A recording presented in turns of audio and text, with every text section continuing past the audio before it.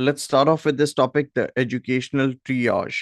Now, when we use the word triage, we first need to understand what the literal meaning of this word triage is. We use this word triage to refer to the sorting when we're sorting or when we're allocating patients. Usually, this term triage is used in a hospital or a medical setting when the people at the hospital, when they are sorting out patients or when they allocating different resources to patients according to the priority list. I mean, they come up with a priority list. They try to maximize they want to put the resources they have to the maximum of use. So in terms of, let's just say, if there's a patient who needs a lot to be able to survive and live, they allocate resources accordingly. It's more like someone having a injury in the head compared to someone having a tiny little cut in the, let's just say, pinky finger. They'd want to allocate the resources to someone who has had a injury, like let's just say an accident. So over here, based on this idea of a triage, or rather say the educational triage, what's the concept that lies over here to begin with?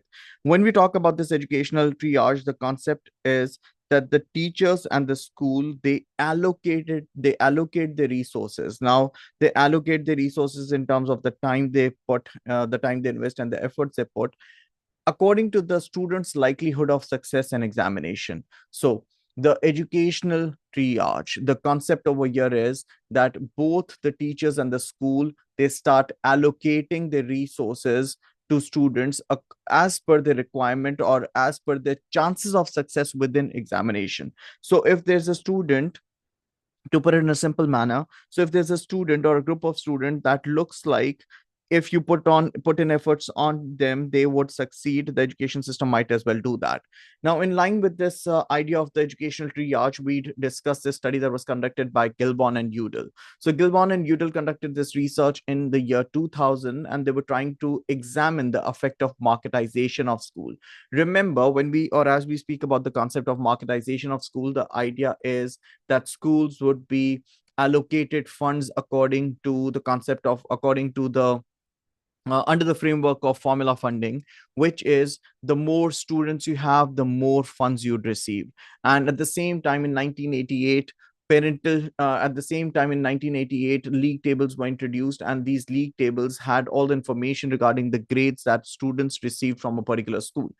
In a nutshell, every school would want their name to be higher in the league table. Every school would want their name to be higher in the league table because they want everyone around, everyone around, as in the other schools, as well as the parental body, to know that their school is actually performing well.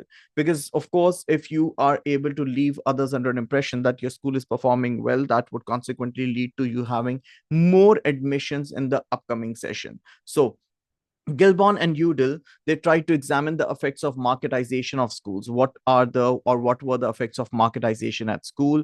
Where they conducted a 2-year research. This research was based on information being collected through interviews and observation, and this data was collected from two different schools in London. So it was a 2-year research. They collected the data from through interviews and observation, and this was based on two schools in London.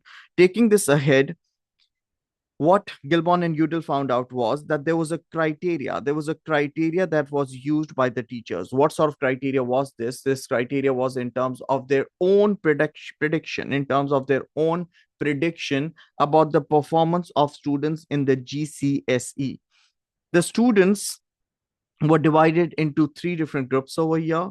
And these three different groups were: number one, the highest grade students, the students who were predicted to get either an A steric, an A grade, a B grade, or a C grade. Then came the second category, that was the borderline cases. And then came the third and the last category, that was the hopeless cases. So we're talking about the teachers and the school management using a particular criteria, and this criteria was in terms of the prediction they had in the prediction they had about the performance of a particular student in their GCSE examinations. Students over here, like I said, were divided into three different groups: the highest grade students, the borderline cases, and the hopeless cases.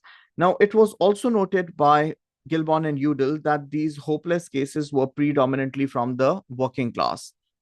And if we talk about the findings of this research, what Gilbon and Udall concluded was what they found out was that teachers' main focus was on the second group, that is the borderline group.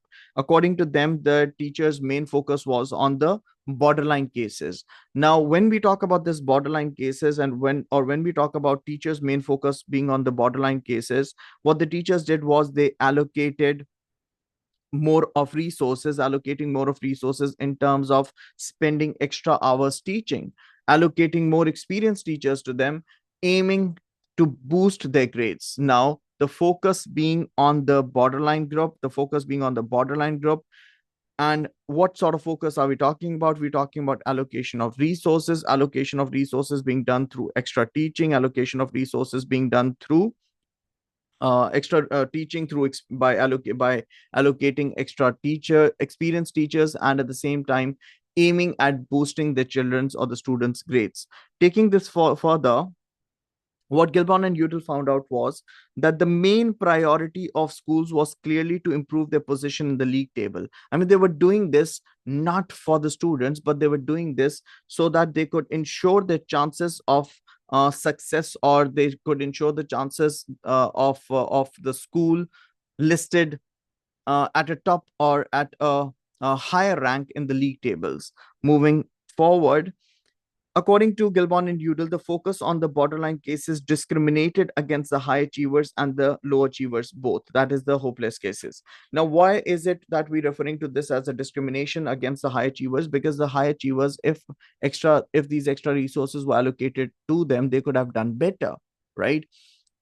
And for the low achievers, it was a discrimination too, because they were simply seen as hopeless cases. And the teachers, the school management, they felt like, regardless of the efforts they put in, these groups or these students, the students belonging to these groups, would not be able to do well.